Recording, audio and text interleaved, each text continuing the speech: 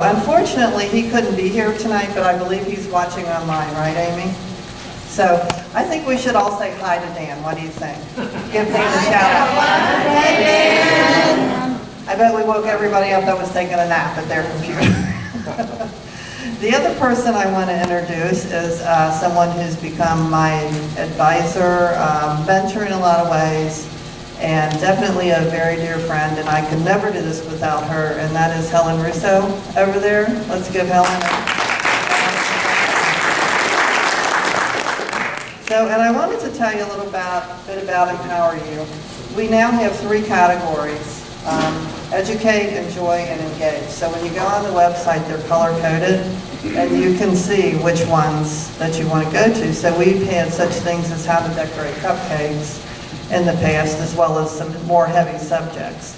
And there's a few coming up that I wanted to mention to you. I don't know, does anybody here live near Cincinnati or in Cincinnati? Besides, those of you not raising your hand should be very thankful. We're having one on April the 9th where Chris Smitherman and Amy Murray are going to talk about how to try to fix the city. So that would be a great one. There's some coming out your way that I think you'll be very interested in. On April the 11th, we're going to have Constitution for Kids at Hopewell School. And this is the 3rd year Denise Waterman's doing that for us, and she does an excellent job. Daniel over here, very young man Daniel's been to that class. And we actually got a letter from a woman after the last class who said her daughter came home the next day and said, "Mom, thank you for taking me to that class. I had a test today and I knew answers I wouldn't have known." So, and that's going to be virtual. And they advertise it for ages 10 up, but you know your child. And if you think that they can handle that class, take them. And if you're really unsure, then just log in virtually. But that's really a good class for you to watch. And then another one that I think you'll be very interested in over here is April 22nd, we're having one. Does anybody know what April 22nd is? No environmentalist here. It's Earth Day. So we are going to have one on Frack Nation, and it's going to be out at Miami University. Are most people familiar with fracking and what it is? And the reason we're having it on Earth Day is because we want people to realize there are treasures under this earth that we are not being allowed to access. And a lot of this goes right back to what Mr. Frost will be talking about tonight, Agenda 21. So I've seen this documentary, it's excellent. This journalist traveled the country and went out of the country to get facts on fracking. And I don't know what was more amazing to me, that he traveled so much and spent so much time, or that a journalist was actually looking for the truth. It's an amazing video, or documentary. And the last one I want to talk to you about is organic gardening. It's going to be at Ranks Landscaping on Hamilton Middletown Road. You're probably familiar with their nursery out there. And this is something new, this organic gardening, where I'm not real familiar with it, so I want to go out and learn about it. But what you do is you take a part of their land and you actually go out and farm yourself and grow your own food. And I think you have to pledge so much time and so much work. And I thought, what a great idea this is, because how great would it be just like you can grow your own food, but isn't that just great family time, or time to be with friends, time to get away from your telephone, time to relax and actually get in touch with the earth. I think I'm really excited about this one. And there's a lot more on the web if you go to empoweruohio.org. There's a lot more of these. And let's see, what did I forget? Oh, I was supposed to tell you there's maps on the web, so you can find everywhere to go. If you're like me, you need your GPS anyway. And we have donation buckets we will pass around here because we are a volunteer organization. We really have no money. So anything you can give us, we will appreciate. And I think I covered it all. And now, yes? Is that Constitution for kids at Hopewell Elementary or junior? Junior. Thank you for asking that. It's Hopewell Junior. And now Helen will introduce our speaker for tonight, who you are in for a treat. I saw this last night, this presentation, and believe me, this is going to be great. Thanks, Nita. And welcome to everybody here. You are indeed going to be You are indeed going to be treated to a wonderful program. Unfortunately, it's going to probably hit 2 of our 3 things, like we have to educate, to enjoy, and to engage. And I don't think you're going to enjoy it too much, but it's going to be very informational, and hopefully you will engage. Last night we inaugurated Empower You for the first time in the great state of Kentucky, and we had a wonderful crowd and very receptive, and David did a great job. Keep talking. As he also did in this morning on the Brian Thomas Show. A couple of things before we get really started here. I want to give you a couple of websites that are very, very important. One I just discovered, and it will give you a course, a 10-lesson course on Agenda 21. So it is www.agenda21course.com. And then I also had the opportunity, David, this afternoon to go to your website, which is fantastic. You have to take his also, and it's www.davidfrost.org. So those 2 after tonight, and you'll be an expert on what to look for and what is happening in our townships, cities, and across the United States. I cannot, before I basically introduce David Frost, I also have to introduce his wonderful wife, who we have drafted for 2 nights, and she's been so great monitoring the reservation table. And Marcia Frost is a wonderful knitter. She is beautiful. She's also worn some of her creations and has dropped quite a bit of money in our cities for knitting. So she's a great person. Together, they're going to celebrate their 30th wedding anniversary on April the 9th. And so, too bad we couldn't make it. So let's hear a round of applause. Okay, they are currently living in Medina, Ohio. And David graduated from the University of Toledo with a degree in transportation and foreign trade. He has had a career in consumer products, major consumer products, and director of distribution for a company, and has handled a $50 million budget with fiscal responsibility. So he is a person now that has been retired for some time. Was it 20 years, I think? 20 years. And he has now devoted his life to being accessible to people or groups that are interested in learning more, and more so in teaching us how to stop the ooze of Agenda 21 that is beginning to cover every single facet of our life. And with that, I really am happy to tell you that David Frost is ready to begin. Thank you, David.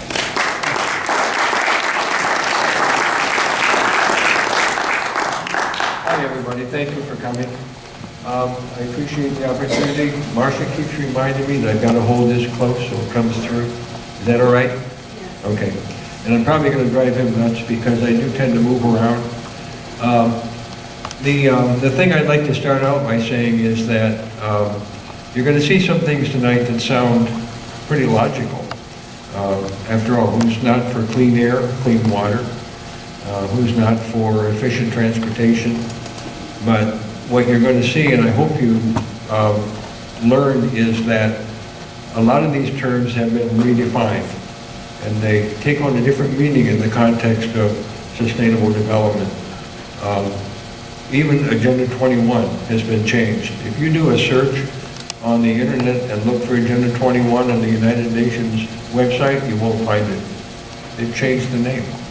And what you're going to see is that a lot of the words that we thought had a meaning now have a new meaning. So let's go on. What I'm going to try to show you is how your personal property rights are threatened, and subsequently your personal freedom.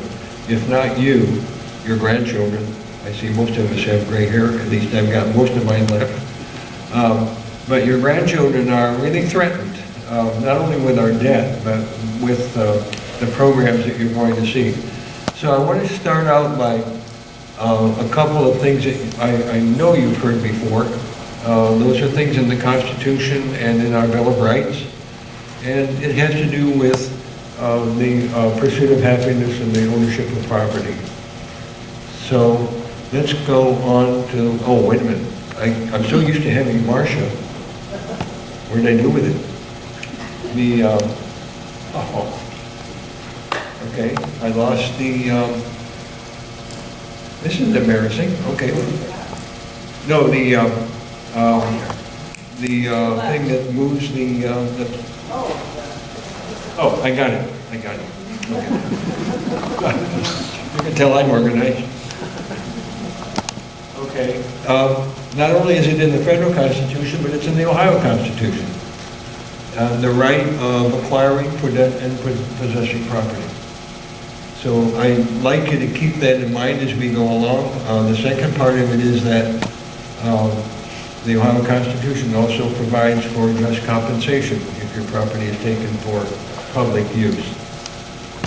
It even covers, I was surprised when they found out that it also gives us the property rights on water.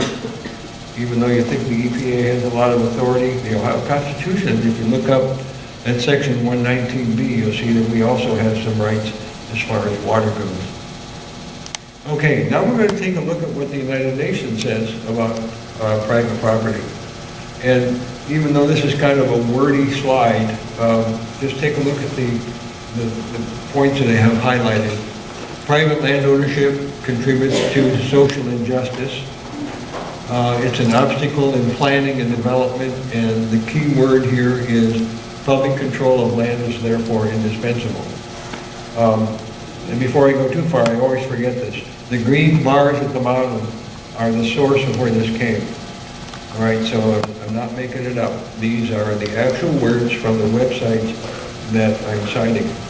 And on the screens that you see where there's no source, that's generally something that I've compiled myself.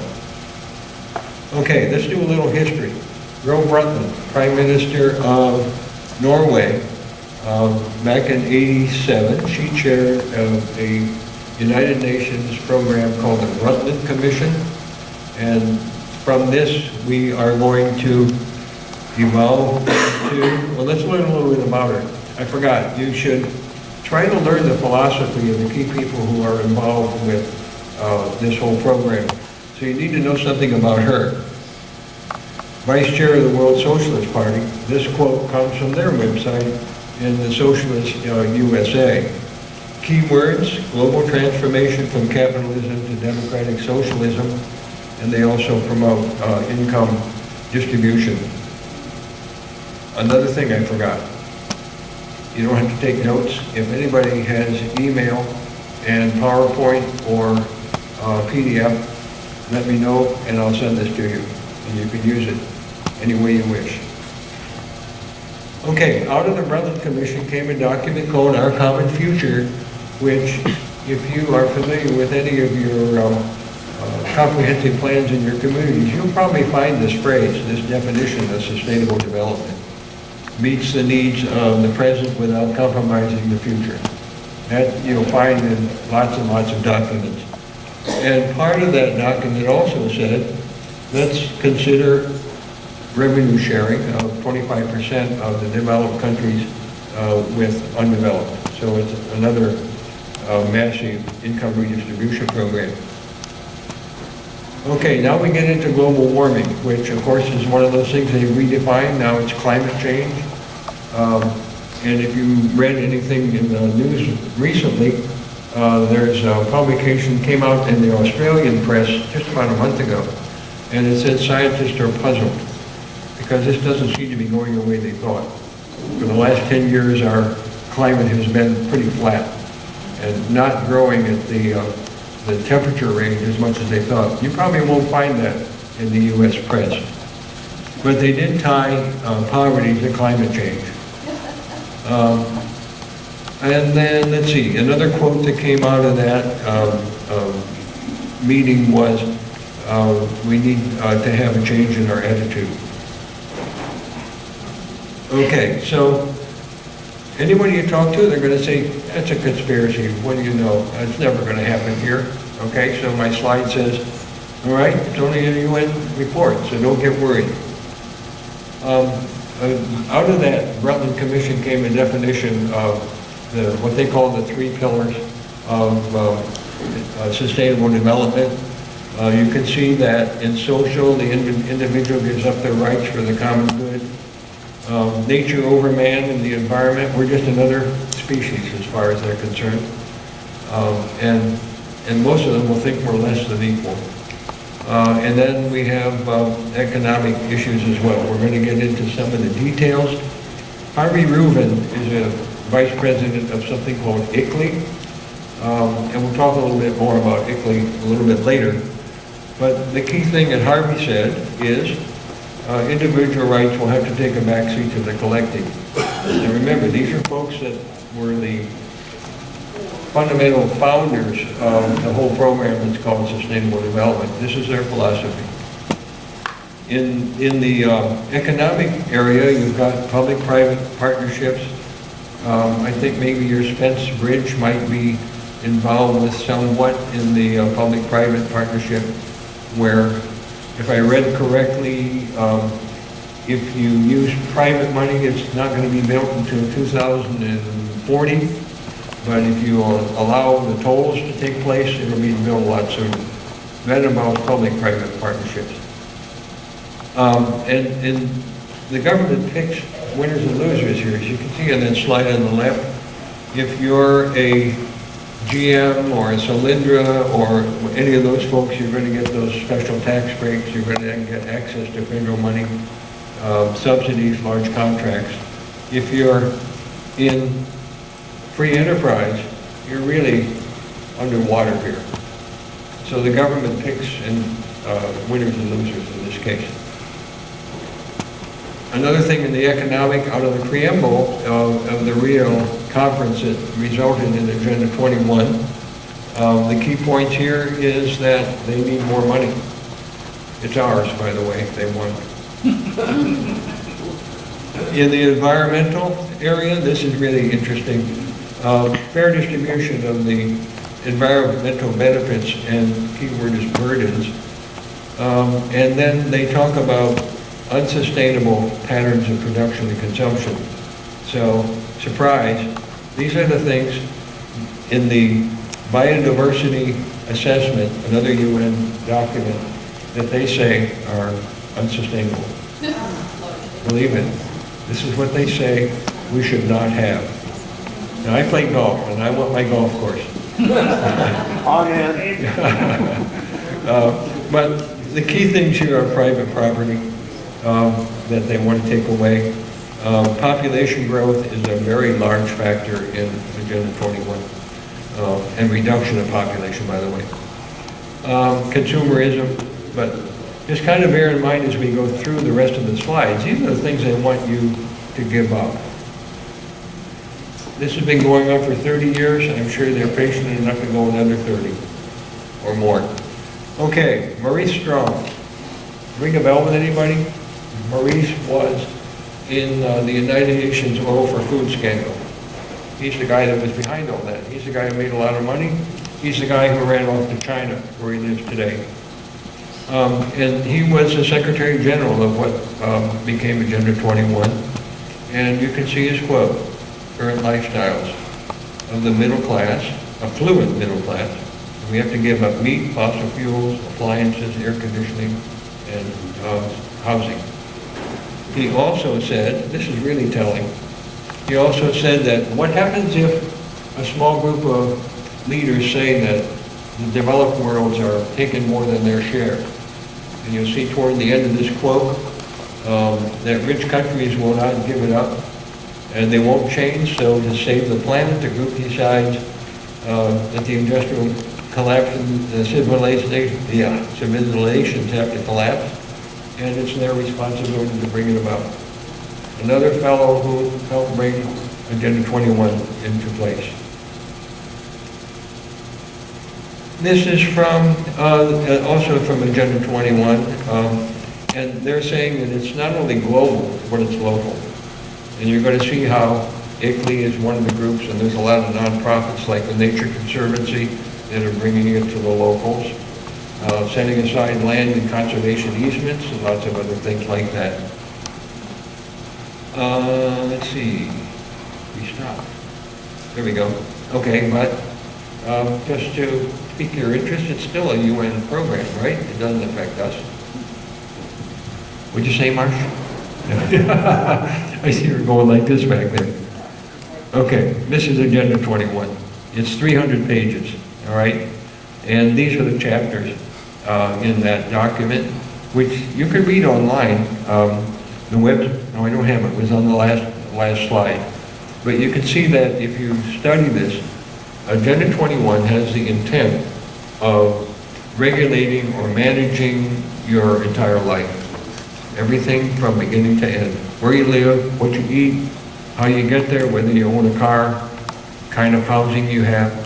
It's a complete control of your life and your property. Okay, so now we're going to start moving it away from the UN. It was brought to our country in 1992. George H.W. signed it. And Bill Clinton followed up the next year with a group called the President's Council on Sustainable Development. And that was the beginning of what they said was, well, I have a next slide, it'll say that. But folks will also say, gee, it wasn't a treaty, so it's voluntary. It's not binding. I'm going to show you why it is. This is off of Bill Clinton's website, which is, what, back in 1993. And it was an organization that was created that involved folks like the Nature Conservancy. Every single federal agency was there and was part of this council. And their intent was, and the quote from their document is, reinvent government according to the guidelines of Agenda 21. So we're getting away from the conspiracy, all right? They're saying they want to reinvent their government.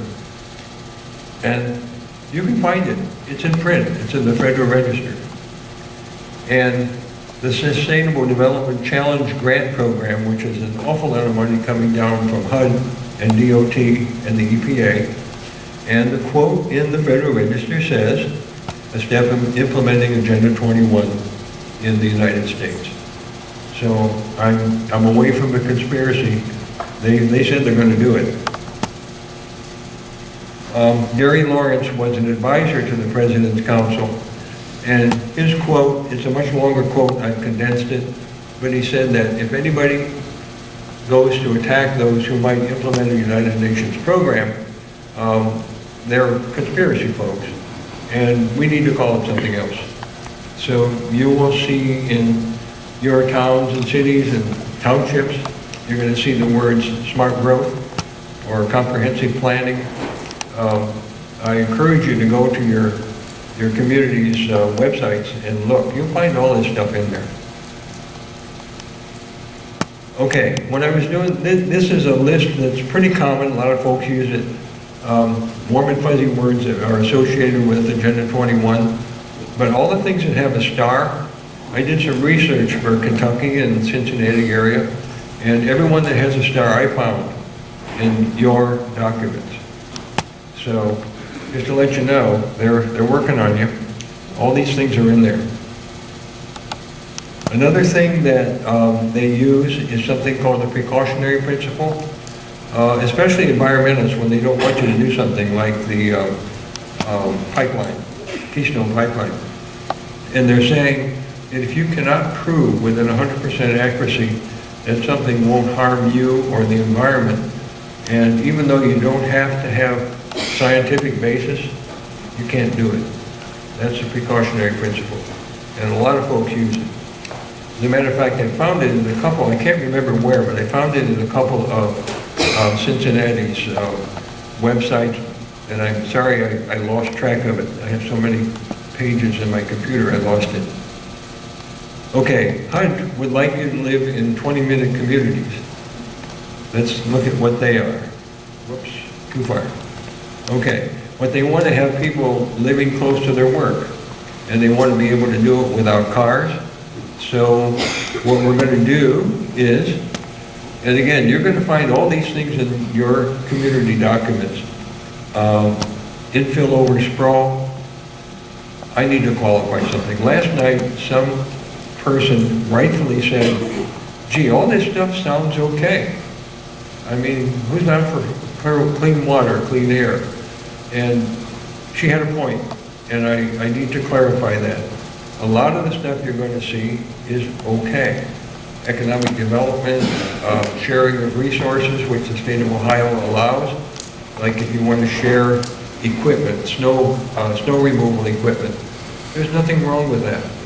But what has happened is that so much of the language has been hijacked and redefined so that it all leads toward implementation of the Sustainable Development Program. So I don't want you to feel like everything they bring up is wrong, but the combination of those things is pretty dangerous. So you can see the things that they're working on, transit-oriented development. That's probably going to be coming along that trolley line that you folks are working on. And the transit-oriented development means that they build housing around the nodes of the transportation so that folks can walk to the transportation. They don't need a car, or they can get a bicycle. There's a lot of bicycle paths being built, aren't there, everywhere. And then the other thing that was kind of interesting, I found on the Department of Transportation, you can see the starred thing there that says that they actually consider walking and bicycling as equal to other kinds of transportation. I found that incredible. Okay, their definition of livability communities. You can see at the bottom what they think our timing ought to be. Everything within easy distance, 20 minutes by transit, 15 by bike or foot, 10 minutes by car. That's what their vision of what our future would be. So, about a month ago in Business Week, they had an article that talked about micro apartments. Have you seen that? Where they are going to have 250-foot square apartments, and they had pictures on this article, where folks can have everything they want, pull out beds and pull out this and pull out that. San Francisco, 220 square feet, Boston, a little more, Manhattan, 250. And know what it says down there. So the young and the elderly can afford to live closer to their facilities. But look what it costs in San Francisco. The young and the elderly can afford this. And in New York, low-income renters can pay starting $900. Give me a break. These aren't affordable. Okay, so my little cartoon is, this is where you live now. That's where they want you to live. This is how you get there now. This is how they want you to get there. Okay, in education, just a couple of slides. This is for your kids and grandkids. The United Nations has had 8 years of a 10-year declaration of education for sustainable development. And they've had really nice conferences all over the world where our educators can go and have a wonderful time and talk about how they're going to brainwash our kids. Then on a local level, some towns or school districts, particularly in New York, are using this particular toolkit, Education for Sustainable Development. You can find it on esdtoolkit.org, but they have a bit of a conflict. On page 10, it says that if you're more educated, you're a problem, okay, because you're a heavier consumer. So there's a real conflict here, and it's probably the reason that a lot of our kids, I think, are being dumbed down in our education system. This is what the toolkit calls for. On the left-hand side is, when I went to school, science was part of the program, and so was math and language and whatever else. On the right-hand side is what they're promoting in this toolkit, and that is in the environment is the focus of everything. And I'll bet if you looked at your kids' textbooks, you're going to find a really heavy emphasis on being a citizen of the world, global, global approach to their lives. Right, he's shaking his head, yes. Okay, I got a student here and he said yes. Thank you. Okay, here's another one. North American Association for Environmental Education. And they have guidelines for kids from birth to 8. Remember the president came out with a program about a month ago, I think, wanting to have early education for children? Well, they're going to get them a lot earlier if they're successful. And George Washington, I like what he said. Basically, he said, if you lie often enough, people are going to believe it. And so you brainwash the kids, that's what they're going to think. Okay.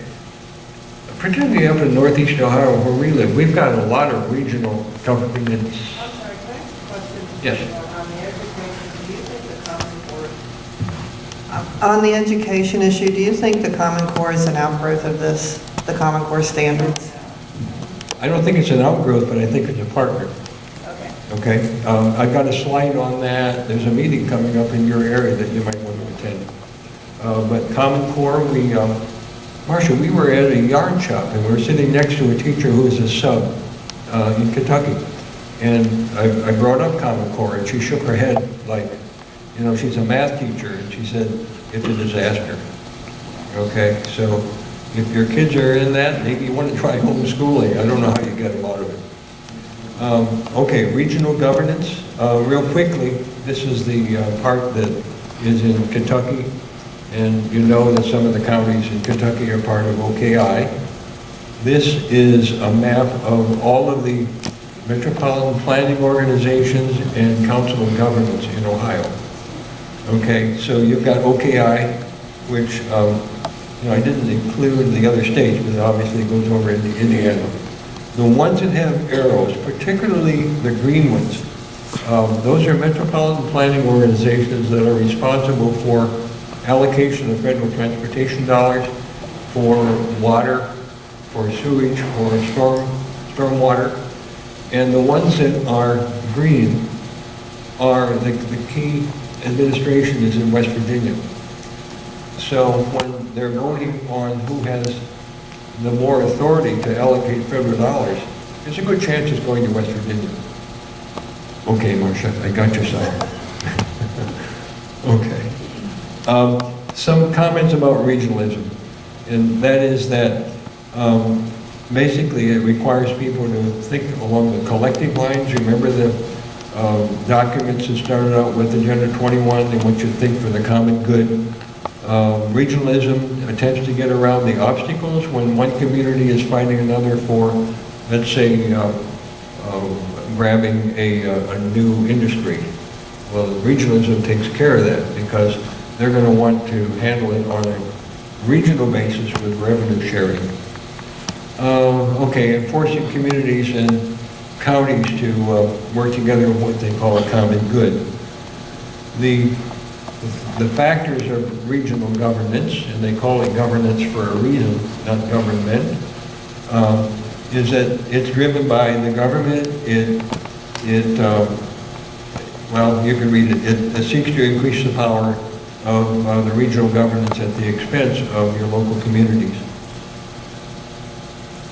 So you remember the maps with West Virginia and Ohio. It basically starts to erase political boundaries. This is happening, or trying to be accomplished even at the county level, township level, in merging those governments into taking away the boundaries. It gives the executive branch a lot more authority, and basically it gets down to the bottom line there. It takes all the authority away from your elected officials. In the 12 county area where we live, the allocation of funds is based on population. So I live in Medina. Medina gets 4 votes. Cleveland and Cuyahoga gets like 35. And so does Geauga, and so does Ashtabula, and so does Wayne County. So we're being outvoted when it comes to setting the priorities. We get some of the things when they want to throw some money our way, but most of the money goes to where the votes are. Okay, then the money starts flowing down from the federal government, particularly in HUD. But HUD and DOT and EPA have created a partnership where they have sustainable communities funding.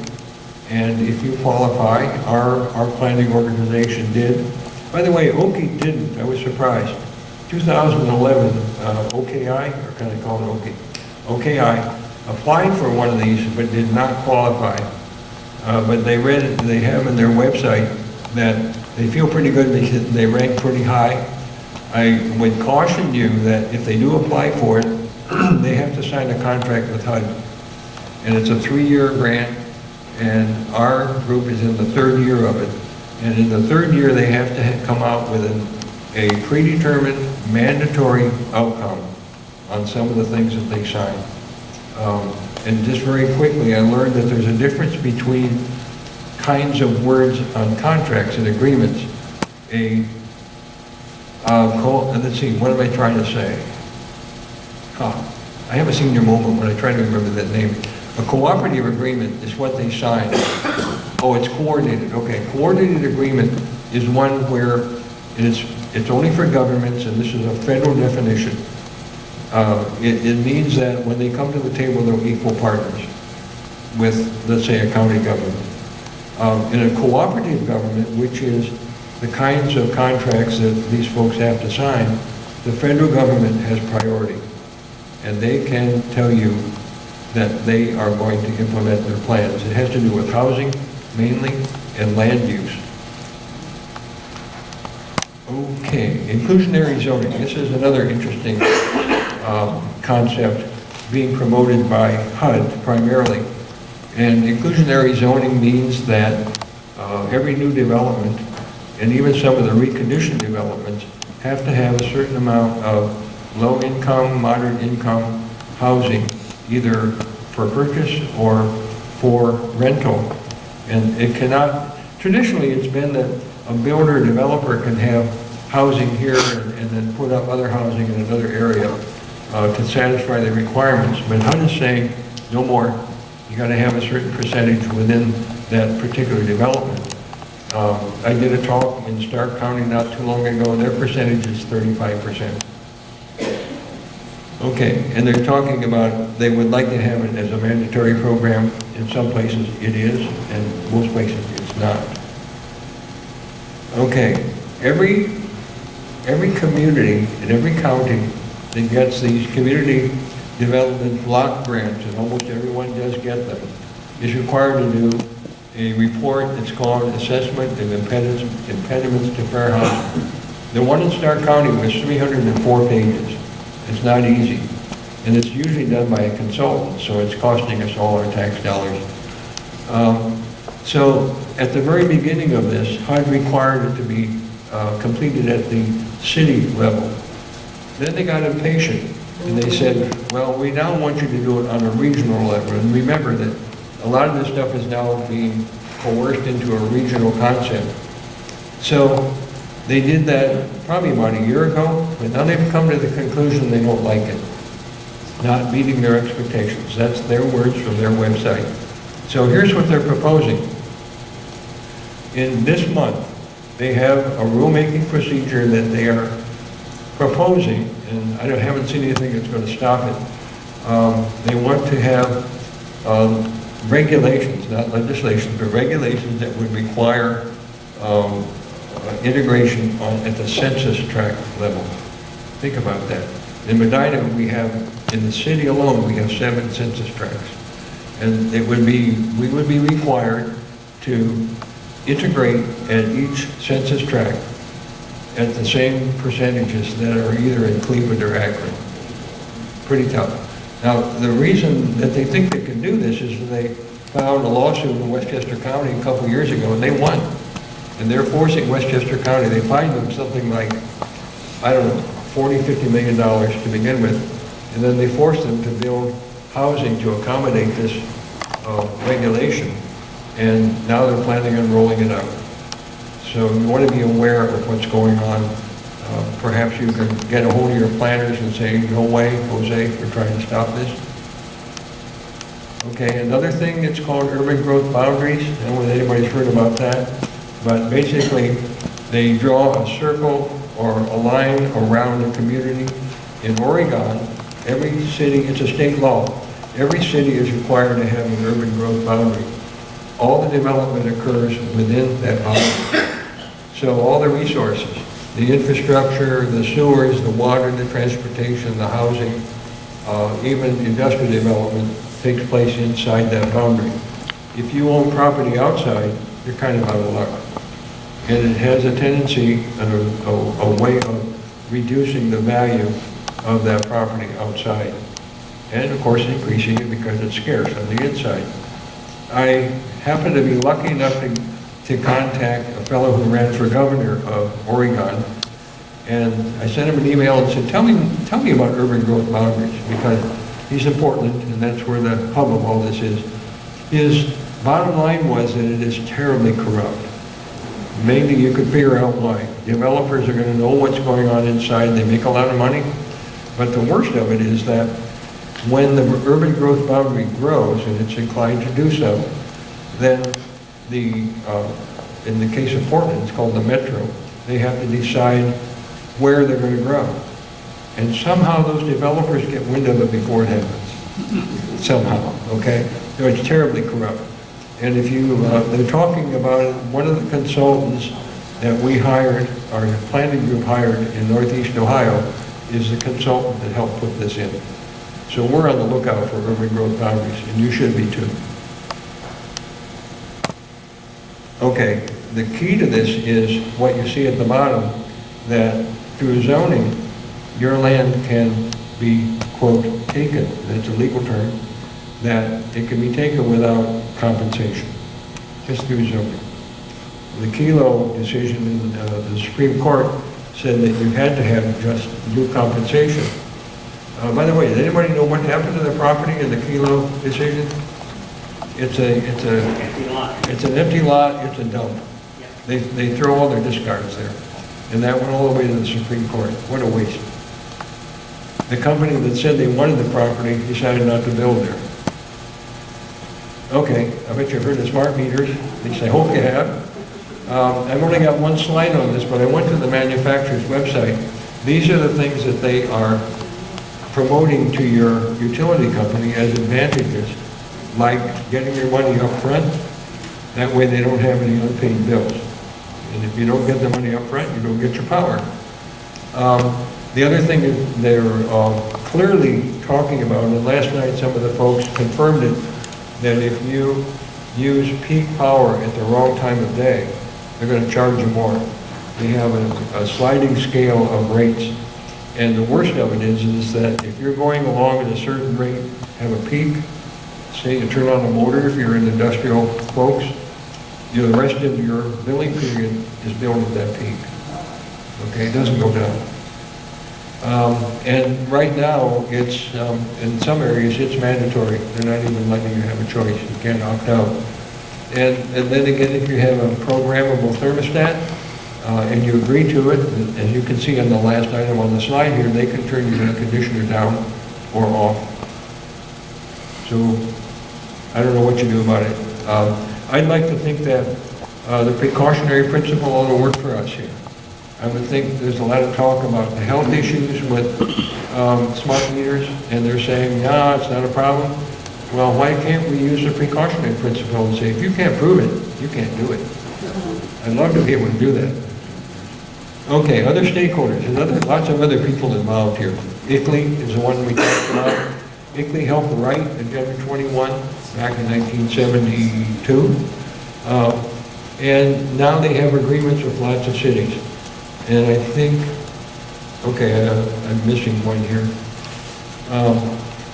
At any rate, they have become local in that they are now partnering with lots of cities all over the world. And I think maybe 600 or 800 in our country, where they come in and help them qualify for funding and to help them learn how to reduce their carbon footprint, which is okay, as long as it's not mandatory. And then they will say on their website, that they are working to protect the common good. And then I think the key to it is when you talk about, okay, this is not a conspiracy, that it's really not a conspiracy. Their goal, as you can see at the bottom, is link local action to global goals and targets, and that's what they are. Their global goals are Convention on Climate Change, which was the Kyoto Treaty, biological diversity, which we did sign, Agenda 21, and some others. So their goal is to pull cities into the Agenda 21 arena. These are the cities in your area that are dues payers to ICLEI. By the way, I'm open to questions in case anybody has any. Okay, here's a group that is involved pretty much across the country, Building One America. If you haven't heard about them, they're in Cincinnati, they're in Dayton, they're in Columbus, they're in Cleveland, and they have very special White House connections that I'll show you in a moment. They had a conference in Washington in 2011, and they promoted Portland's urban growth boundaries, and Minnesota has a very aggressive tax sharing program. And what they did is they pulled folks from Ohio, believe it or not, into that Washington conference. And the co-chair was a mayor of one of our cities up in Northeast Ohio.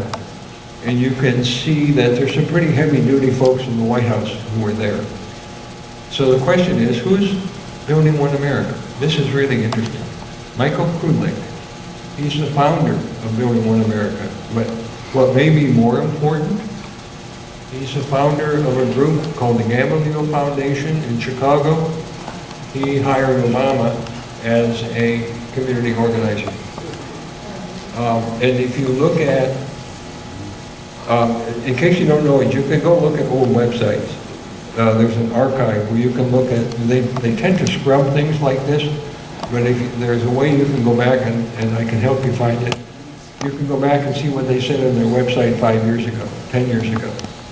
And on their website, they say that they were founded on the philosophy of Alinsky. And that's their whole principle. Also, in the same website, they made a comment that this Krudlik got called into the White House, and in their words, it said the two community organizers had a good meeting. So even as he was president, they considered him a community organizer. The founding president, I don't have to say much about him. You can see his quote. It is moving poor people from bad city neighborhoods and taking the money from the suburbs and moving it into the inner city. And he had a PowerPoint. I have a copy of it, and it's called Changing Rules of the Game. Changing the Rules of the Game. There's also this PowerPoint that I have, or YouTube at the bottom, that's this conference, shows the conference, with Valerie Jarrett being one of the key speakers. So they're very well connected. Robert Kleinman, Cleveland State, they're in our area as recording secretary, and his focus is community organizing. So Building One America, what do they want? They have a three-part plan. They're not bashful about it. It's to increase tax tolls, high gas prices.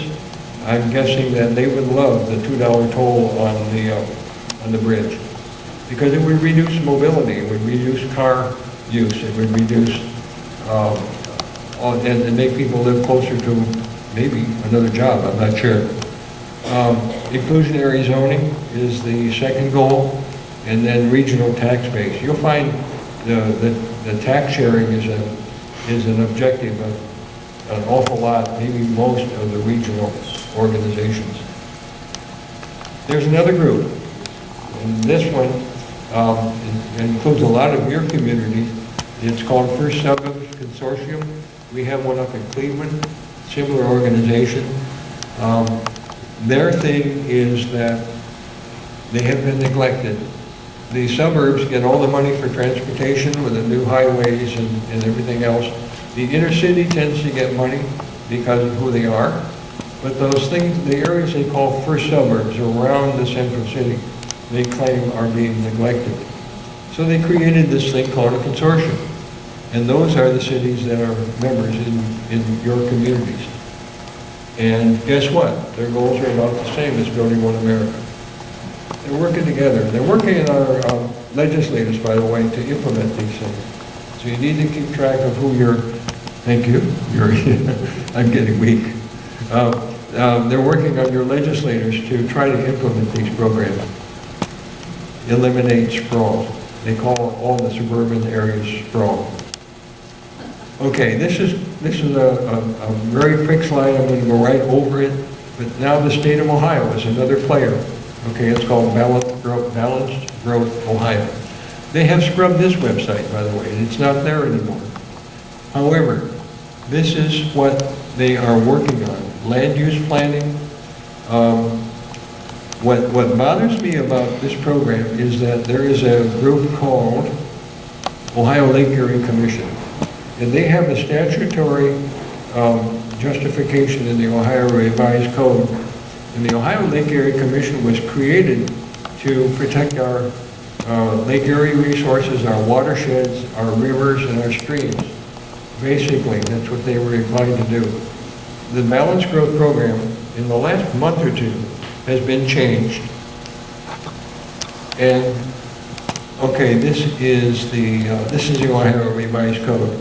Water quality, coastal resource management, but fundamentally that was their authority. Now they've been given, and this is the book they just came out with. I have a printed copy in the car. It's about 162 pages, and you can see what it is, linking land use to Ohio's waters. So somehow they have allowed this to be expanded into land use. And here's what they're talking about. This is no longer just water resources. Compact development, that's that density we're talking about. What else? Brownfields, agricultural land protection, historic protection, scenic protection. What does that have to do with water? I'm not sure, but they have expanded their program from just water resources to all of these things. Okay, I did a search on, yes sir. She's waving at you. People from the web would like you to speak just a little bit louder. Like that? Yes. Okay. I keep getting reminded of that. Okay, thank you. I'll try to do better. I did a search, again, we're talking about private property here. So I did a search on this 162 pages, and the words private property came up twice. And it wasn't in the context of protecting them either. It was dealing with access on private property, and the bottom one was obtaining sea easements. So they're not saying they want to protect your property, they want to use it. Okay, here's something you can get into. They're having meetings all over the state. And there are a couple in your area, particularly in Anderson Township. On the 24th, this group is going to have a meeting where you can go. It's the folks that are invited are the ones that are planners and the folks who might implement these programs. It's like a workshop, but the public is invited and it's free. So I would suggest maybe you might want to have someone go and listen to what they're doing. Ask them for their authority. How did they get all this authority beyond the watershed protection? Okay, another player in this, the American Planning Association got a several $million grant from Clinton's presidential commission. And they created this thing called the Legislative Guidebook. It has model statutes in it. And I'll bet you that, I know in our case, our planners in our town are using some of the documents out of the American Planning Association. And they're generally overlays to zoning. So it's not only what you have in your local zoning, it's overlays, more stringent, and often mandatory, not voluntary. Let's see. Okay, so my comment is here. You've got to find out whether your planning group is using the American Planning Association guidebook. It's important to find out.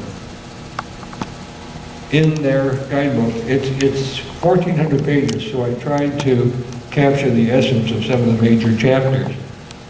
For example, the purposes of planning, they're saying could be advisory, but you can make it mandatory, or you can put some hooks in there with incentives. And you want to look out for the phrase voluntary incentive-based. We have that up in our area a lot. Voluntary says, sure, you can opt out of this if you want to, it's voluntary. But if you don't do it, you're not getting the money that goes with it. So every community needs the money, so they generally go along with it. But they'll say, after all, it was voluntary, not a problem. Okay, even in the regional ones, regional planning on Chapter 6, it can be voluntary or it can be mandatory. Comprehensive plan, almost every community has a comprehensive plan. If they've adopted some of this, guess what? There's a thing called amortization of non-conforming uses. Basically, what that says is, you can be grandfathered if they adopt some of this, if you have a property that doesn't qualify with the new regulations. But they have the right to put in something called amortization of non-conforming uses. It could be over a period of 10 or 15 years, and by the end of that 10 years, they've amortized it to the point where it's worthless, and then they can take it. That's part of this. And again, revenue sharing is important. Yes, sir. Where's the money coming from? You? No, I'm just saying, what, any special department of the government? Well, in the case of American Planning Association, they were funded by the federal government. But now, all the things they want to implement are funded by the local taxpayers. It's your planning, it's your zoning. So it's your community who is putting up the money. Don't like it? Okay, just to let you know, the sustainable development, this is just one group of companies that have signed on to something called the Sustainability Consortium. I could show you probably 4 or 5 slides like this that are companies that have signed on to the sustainable development concept. And they use it in their marketing. Okay, this isn't the whole slide. I couldn't squeeze it all in. Okay, another thing called the Wildlands Project. Have you heard about that? That is where we begin to draw the map that shows you how they plan to move folks off the land into the cities. And then you can see what they'd like to do. They want to tear up the roads, tear down the dams, make room for the animals to move freely, because after all, you're just one of the species. Okay, this is the classic map that most people have used. This map was used in the U.S. Senate in 1995, I think, where as they were getting ready to sign the Agenda 21 as a treaty, Michael Shaw, I think, is the fellow who drew this map. He showed it to the senators, and they didn't sign it as a treaty, and I'll tell you why. The red is meant to depict land that's off limits to human habitation. Okay? The yellow is meant to be highly regulated buffer zones. So where are we going to live? It's those little black dots you see up there. This is in that biodiversity assessment, page 993, that we looked at quite a while ago. It's in the UN documents. Okay, I think, my personal opinion is I think they oversold it. They're now talking about something called mega regions. Probably makes more sense, still isn't nice, but you can see that the major population centers are now a little more broadly defined. But still, everything outside those circles is meant to be off limits to human habitation. Okay, here's another planning organization, and I found this in the planning session for one of the communities in Kentucky. This is called the Transect, and it's used by biologists actually to study ecosystems at different levels. Planners have kind of hijacked it, and they now have a thing called the Transect, and this is what it looks like. It goes all the way from natural zones, which are uninhabited, to rural zones, to the stack and packs of the high-density communities. So you wonder, how are they going to do this? So we're going to take a look. It's called Succession. It's from their website. And it says that every 20 years, it's going to be mandatory if your local folks agree to it, they probably will. You'll be automatically rezoned to the next level. So if you live in transect number 2, you're going to be rezoned into number 3, and so on. So every 20 years, you get moved up. And I guess after maybe 60, 80 years, your grandkids are going to be living in those high-rise, in those 250 square foot apartments. And they're not kidding. There are several cities who have already done this in our country. Okay, it's called form-based zoning. You're going to see some of those warm and fuzzy phrases again. They're highlighted on the left. And our conventional zoning is what's on the right. So mixed use, walking, land control, pedestrians, transit, housing, all of that is part of that transect concept. Okay, I got a comment for you now. This is OK, or OKI. A couple years ago, you had some forums, and this is the diagram that OKI created to represent what folks input. Look what they said. They're bragging. I would hate to put this on my website. 142 people showed up. Almost as many as are here. Okay? Now, you have, I got the 2010 census. In the area covered by OKI, you got 2 million people. You ought to be ashamed, because we got to show up. You got 0.00007 deciding how you all are going to live. We do it up in Northeast Ohio too. I'm not picking on you. We all do this. If you don't show up, if you don't come to the table, if you don't have a voice, somebody else is running how your life's going to be. So 142 people out of 2 million, it just doesn't make sense. Okay, your 2 governors have decided we're going to build a bridge. This is the letter of agreement. And again, let's talk about percentages of response. 2,600 people responded to this survey. I don't know who they sent it to, but look at the percentages of that 2 million that responded. And you can see 0.06% support the total. But again, it's an awful small percentage of your total population.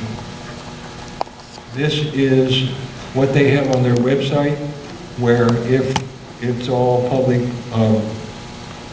use, public money with no tolls, you're being told the bridge will be built in 2040. But if you put some special interest in there, you might get it sooner, especially if you pay the tolls. Again, here's some more meetings that you should be aware of. OKI 2040, this is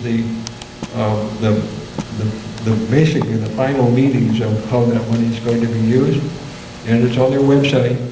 And you can see from April 16th to the 25th, there will be meetings scattered around your communities where somebody ought to go and challenge some of the way this money is being spent. Okay, and the bridge is at the top of the list. Here it is. There's their plan. Okay, and it's what?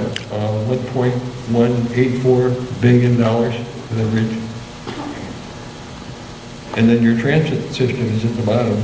They want to spend 1.2, or it's actually a total of 2.4 billion on that transit system.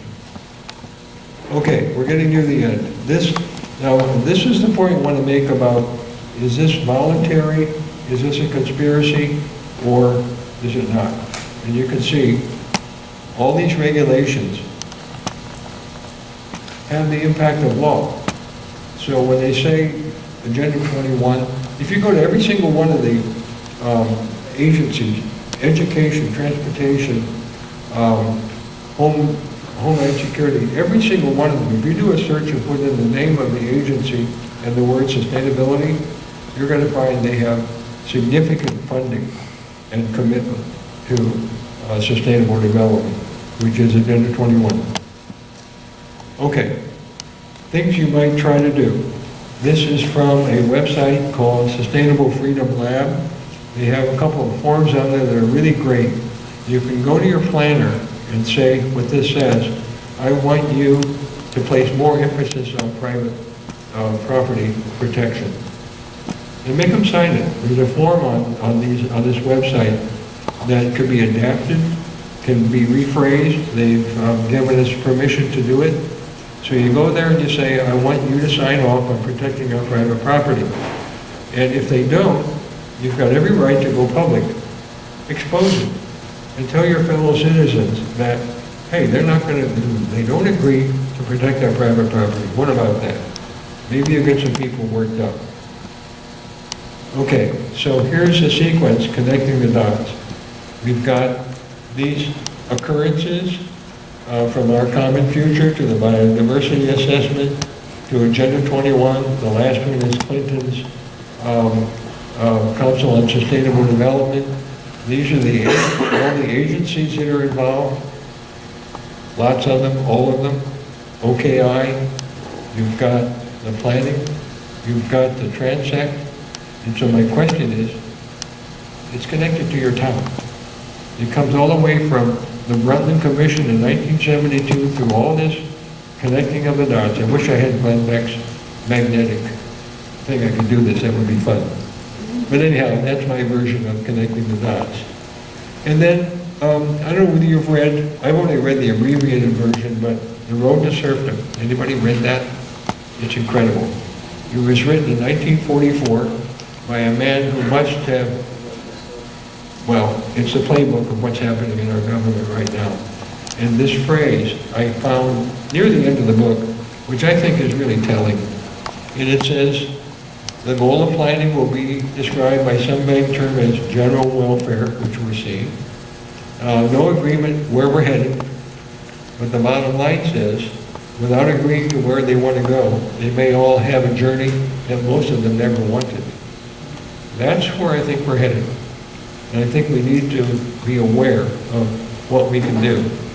So here's a couple things. Some good folks have said, gee, you're talking about all the problems, but what can we do? Well, there's a lot of stuff on the website or on the internet. This is one of them, that they create a booklet that is for the people and for public officials. I've given this to our mayor, and it is a description of what to look out for. It can be downloaded free, or you can buy it. I think single copy costs $4, but you can buy more if you wish. But on the website, it's called freedomadvocates.org. Could you repeat that, please? freedomadvocates.org. Yes. Okay, Common Core. Find out what's being taught in your classrooms. This is really a disaster, I think. And you have a meeting on Common Core coming up again at the Anderson Center. Okay, you ought to have somebody show up from 7 to 9 on April 12th. And bear in mind that the other things that are happening in education we've already talked about. Okay, other things that you can do if you have time, follow the money. See who's getting a special treatment, the public-private partnership issue. Non-government organizations. The Nature Conservancy, I used to be a great fan of them. I thought they were really wonderful, but what they're doing now is going through enforcing conservation easements on a lot of folks who aren't prepared for it. And you know what they also do? They'll get a conservation easement on a piece of property and in advance have the ability to roll it over and they turn it over to the federal government or to a state government. Our federal government already owns over 28% of our country. 28%. And just about a week and a half ago, I think our president put more money or more land into national monuments, tens of thousands of acres. And by the way, underneath most of that land are resources. So, I'm sorry, you're not hearing me, are you? The resources, oil, minerals, uranium, are all being taken off the table. Okay, go to meetings. I can't emphasize this in any more than I can say it. And that is, you need to go to your community's meetings. The mayor, the city council, township trustees. I think where the battle needs to be fought now. I think we're in the 8th inning, maybe the 9th. We've been asleep for a long time. These folks have been working at it very patiently. And I think the only way we're going to battle this now, because there's all this money coming down, we're going to have to start fighting it at the township level, trying to prevent it from happening. If your elected officials don't go along, unelect them. Get rid of them. Okay, you can, again, talk to your planners. We've already talked about this. A couple of other things. Delphi technique, people know about that? You know what the Delphi technique is? When you go to a meeting and you have a facilitator that stands up in front and says, we want your input. Put your little yellow stickers on these charts over here and we'll listen to what you have to say. The problem is that it's predetermined. They've already decided what the outcome is. They're just making you think that you're part of the plan. And when it doesn't work, they'll take a recess. Happened to Marcia and me when we went to a school board meeting, and we raised some questions they didn't like. Well, the Delphi technique is that they marginalize you, they make you embarrassed, they make you sit down, and make you shut up, if you're willing. We made the mistake of going with some other folks. We all sat at the same table, so they were able to isolate us. They took a break. They sent one of their sub-facilitators over and carried on this nice conversation with us. Then when the meeting reconvened, they never called on us again. Okay, so it's all planned. It's to get folks to agree to plans that are being presented that don't offer the alternatives that you might want. So look up the Delphi technique. I've got some stuff on my website about it, but there's a lot on the internet as well. Okay, the other things you can see, and again, that's the website I have. So I'm open for questions or comments. Yes, sir. This is another excellent book, published last year, by James Ellington. The title of the book is Watermelons, and the subtitle is How Environmentalists Are Killing the Planet, Destroying the Economy, and Stealing Your Children's Future. Now, there's been a lot of books like this, but this is an easy read. This guy is funny, he's, amusing, he catches your attention on things. I have seen the description of watermelons. It's what, environmental on the outside and communist on the inside? Yeah, red, green on the outside, red on the inside. Yeah. There's another book called Behind the Green Mask. It's written by Rosa Kior. It's also a good read. Yes, sir. Is the PowerPoint of your presentation on your website? This one is not. 2 others are that I've done up in the north. I can put it up there. That'd be great. Just make it easier to get it for us, I guess. Sure. And again, if you have an email and you have PowerPoint or PDF on your computer, I'll send it to you. Okay, super. Just need to give us the email. I saw an article in the paper last Saturday that the Archdiocese has adopted Common Core. And, I don't know how we're going to get this stopped, but we need to figure that out because this is so dangerous. I agree. I know there's a lot of money being thrown at the states that do adopt it, and that, again, that's part of the problem. Well, it was, originally they said it was the,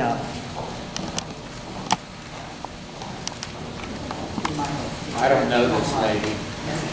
I'm trying to think. Then you shouldn't be sitting next to her, should you? I'm trying to get the note.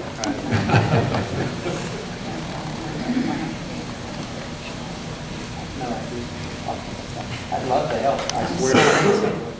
I'm having to see you. Sorry, I can't think of where money originally came for funding for the Common Core. Oh, it came from the Department of Education. Right, but there was, what's the first big vat of money that Obama got approved? Oh, the stimulus? Stimulus. Right. It's in the stimulus. And so if our area took money from the stimulus, that was one of the core reasons that they were told that they would have to implement And it's like the other money that comes down through the sustainable community thing. If you take that money, you are mandated in doing that performance. Yeah. Right. Thank you. Yeah, I would advise everybody to go to that meeting on April the 12th about the Common Core. We learned a little bit about it the other night. It was from the stimulus package, and if you signed on for this race for the top, you agreed to Common Core, and none of the standards have been written, none. And these people signed on to it just to get the money. So really, that meeting would be great to go to learn about it. Yeah.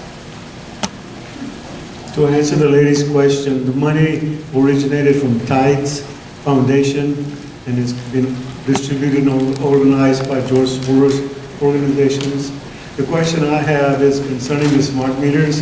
Has anybody found, are they being regulated?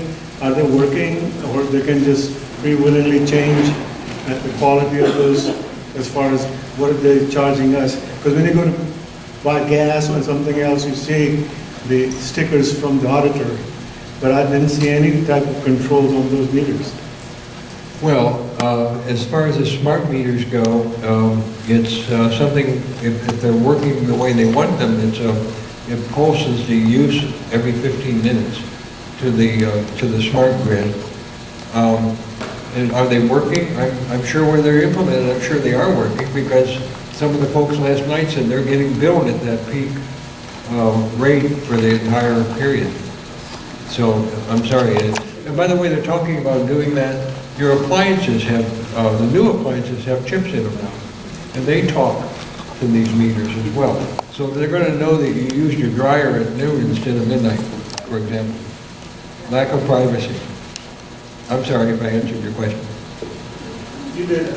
All I'm asking is, who's qualifying that those units are working like they should? Because they could be, you know. Oh, they could be malfunctioning? Right. I don't know how you know. I don't think they're going to tell you. Exactly. No, I don't know. So they're not that smart. No, probably. I almost forgot. Do you want to make a comment? Okay. There is a statewide group that is attempting, well, we're doing more than attempting. We're pulling together resources across the state.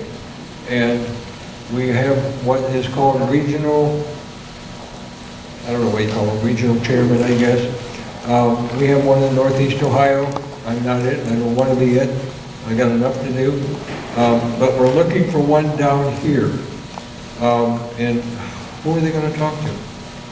You want to tell us who? At this point, if they want to stay after, I can get those hooked up to the folks that are. Okay, this gentleman here is looking for a volunteer or 2 or 3 or 4. And again, it's to just help pull this all together. We're trying to work with our legislators on coming up with some kind of legislation. It's going to be very difficult to do that because, as you can see, it's such a broad area. I don't know how we'd ever get legislation through that says you can't do any of this. We probably won't, but we're working on that. Any other questions? My voice is going. I have a question, David. One thing I was thinking about after your presentation last night is we haven't talked about the farmers. And I know the EPA is really trying to make life miserable for the farmers. They now call dust particulate matter, and they're trying to regulate how much particulate matter can be generated when they farm. What is their plan for the farmers? Basically to put them all out of business so the government controls our food and grows our food? Well, remember that we talked about population control. It makes you wonder, you put us all in those stack and packs. How are you going to feed all those folks? You mentioned community gardens. Guess what? That's one of the ways. Even though I have a backyard garden and I love to grow my own food. But what they're saying is that up in Cleveland we have a very active community garden program. And the idea is to reduce the carbon footprint of produce being hauled from California to our area. They want to shut down those trucks. And they want us to be able to grow our crops. Remember that those maps, the mega regions, well, they want most of the food to be grown just outside the communities. And my take on that is there's going to be a heck of a lot less people. There's not going to be enough food. So are they going to put farmers out of business? I saw a thing today, one of my emails today, from Wendy Sizemore. She's a farmer in Pickaway. She's one of our phone groups. And she has a farm of, I think, like 1,300 acres. And just in the State House, came out yesterday, I think, where they're going to try to regulate and make mandatory inspection of their fertilizer. And then further in this suggested bill, which is really scary, is that conservation easements. If there's a property near where there's a conservation easement, they're going to want to try and regulate that property adjacent to a conservation easement. That's really a taking of property. So yeah, they're going to probably put the farmers out of business. They're going to try. Question here. I have a comment. There is available to sovereign citizens, that's another, a land patent that goes back to the original patent of the original owner that was granted from whatever. And if a person goes through the expense and goes through the process of bringing that land patent to their property, it does cut off all government authority. Now, you will have to fight it out in federal court, but it gives you a legal standing in federal court to stop rezoning, to actually stop property taxes, among other things. It will stop Agenda 21 regulations as far as you're concerned. You have to be willing to fight. I mean, I was exposed to the belligerent resistance. Your constitutional rights are not yours just because they're there. You have to belligerently claim them. For instance, the example I was given to is that if they want to take your fingerprints, you have to resist. If you let them take your fingerprints, you cooperated with it. It was a willing thing. But if you fight it and force them to overcome you, then you were belligerent resisting, and your rights then were violated, and this will stand up in federal court, I'm told. I've not been there, but we're seriously considering getting into a land patent. And I would suggest anyone with property should also take a look at it. It's on the web. Thank you. Oh, thank you. Thank you. If any of you heard Don Casey when he was here, Don mentioned that same thing. I forgot, but it's land patent. You're right. It's and speaking of the Constitution, yesterday when Obama was in Colorado, his quote, he feels constrained by the Constitution. Supposed to do that.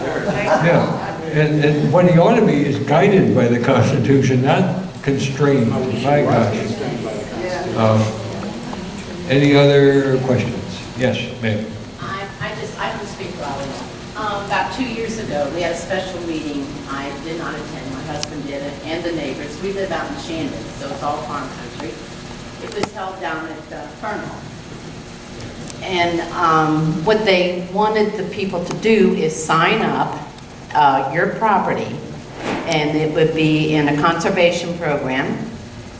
You could live there the rest of your life. You could not add any buildings. You could not sell anything. No, nothing, absolutely nothing. And there was one couple who tentatively signed. I don't think she signed on the dotted line, but they took it as they do own it now, the conservation people. They went up and checked on them a couple of months ago, and the guy went back and walked the pasture, and he came back to the house and he said, "Who's been riding a four-wheeler back there?" And she said, my son is. He's done it all his life. No, that is to stop. So we are also in an aquifer, which we are terrified about because we have a well. Because we're afraid that they're going to be able to stop that too. So. As a matter of fact, the smart meter thing is probably, they're talking about extending it to water meters. And they also have a means of measuring water off of private wells.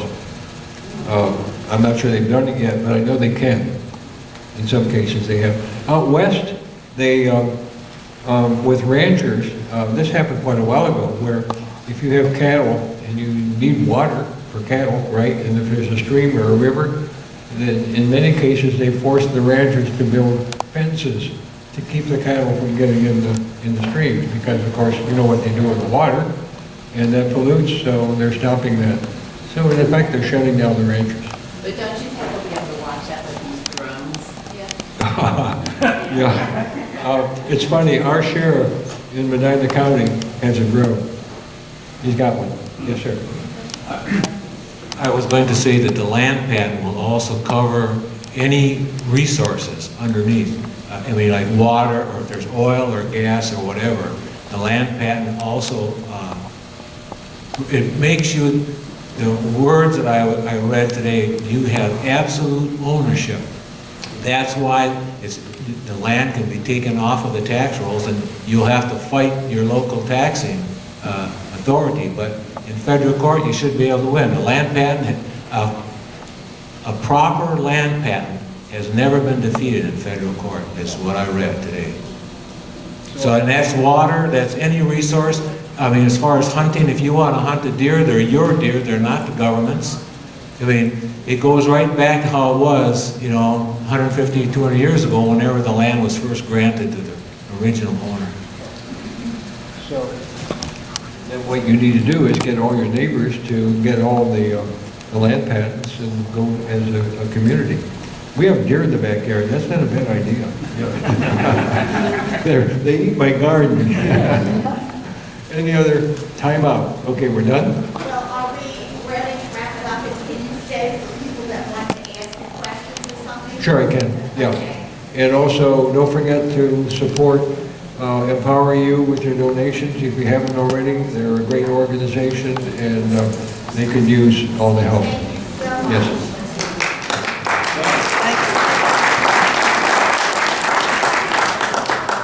Thank you all for coming, and thank you, David and Marcia. We really appreciate it.